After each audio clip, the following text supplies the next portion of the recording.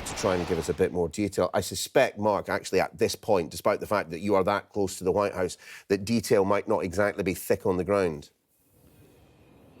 No, and we've just gone through an hour of rather extraordinary confusion because over the course of the past hour or so, there have been multiple reports of a series of explosions in the deserts of eastern Syria to the northwest of Tower 22, where just under a week ago, 3 US soldiers were killed, prompting an announcement by the United States that they would retaliate against Iranian proxy groups in Iraq and in Syria. But for the past hour or two, the Pentagon has been denying that those explosions were anything to do with them.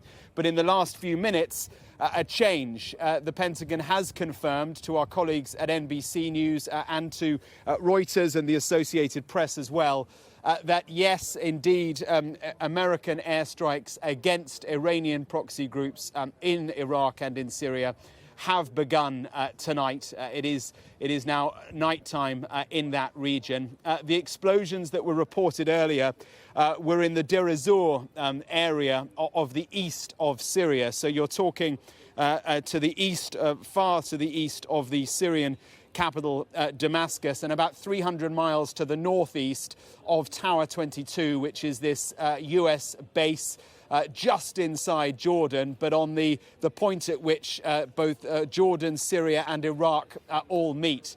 Now, we haven't at this stage got any details on casualties. There is some reporting from local media within Syria that there are casualties, and the Syrian state media has said, to quote, US aggression on a number of sites in Syria's desert areas has resulted in a number of casualties and injuries. Of course, we don't have any confirmation of that at the moment. It's worth pointing out that this is not the first time in the last few months that the Americans have carried out airstrikes in both Iraq and in Syria. They have. On Christmas Day, I think it was, and over New Year, they carried out strikes in Iraq, and in November they carried out strikes in Syria. I think the difference, Neil, this time will be that they have made quite clear from this building and from the Pentagon and for the State Department as well, that what we will see over the coming days is a tiered reaction to the killing of 3 US personnel last weekend. It won't just be one strike, it will be a campaign, as some here in America are describing it.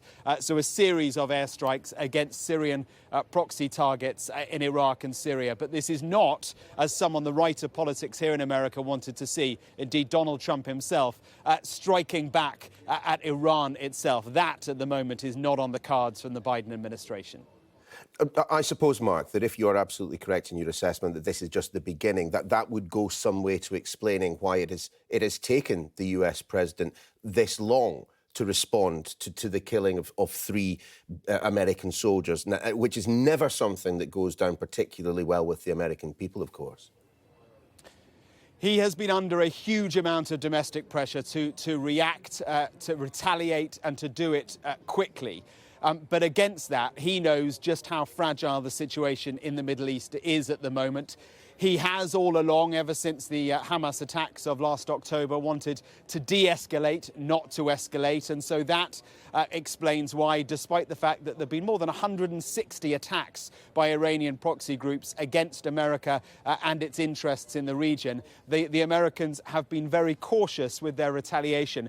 But the killing of 3 Americans on Sunday, that changed the game for the Americans. He was clear that he would retaliate, but still the balance that he has to draw to reaffirm deterrence, but not to inflame the situation, well, it is a very difficult balance indeed. I wonder too, Neil, whether there is some link-up with the attempts to try and find a form of ceasefire between Hamas and Israel and what's happening here too, because if the Americans can re-establish a deterrence more broadly in the region and at the same time be able to announce that they were key to forming some sort of a ceasefire between Hamas and Israel, well, that would be a coup indeed for the Americans. But this is a very, very, very delicate moment. I was speaking to Saudi sources here in Washington over the course of the past few days. You know, at the heart of all this, the Saudis, the Qataris as well, they're nervous because they know just how delicate a moment this is.